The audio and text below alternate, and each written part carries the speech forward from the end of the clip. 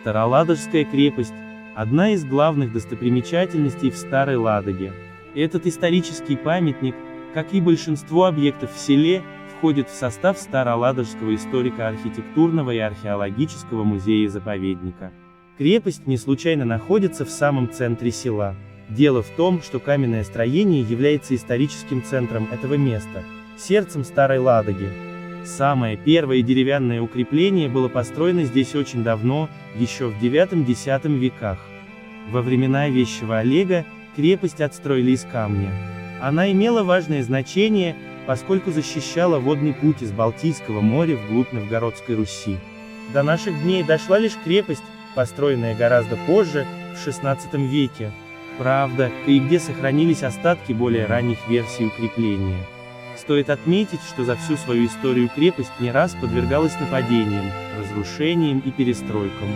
Крепость не случайно находится в самом центре села. Дело в том, что каменное строение является историческим центром этого места, сердцем Старой Ладоги. Староладожская крепость использовалась вплоть до окончания Северной войны. Впоследствии постройка постепенно утратила свое основное значение.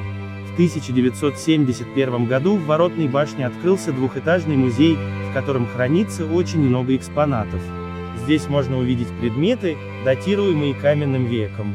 Толщина крепостных стен достигает 7 метров, высота башен – от 7 до 12 метров. На территории крепости расположена Георгиевская церковь, построенная в XII веке. Она входит в список всемирного наследия ЮНЕСКО. Георгиевская церковь – это памятник домонгольской архитектуры. Интересно, что службы в этой церкви уже не проходят. По сути, это самый настоящий музей одной фрески. Именно здесь хранится чудо Георгия о змее. Фреска эта особенная. Это самое древнее изображение Георгия Победоносца, которое известно на сегодняшний день. Каждое лето в Староладожской крепости проходит фестиваль исторической реконструкции Ладога, а в конце учебного года – праздник, ют посадский для школьников.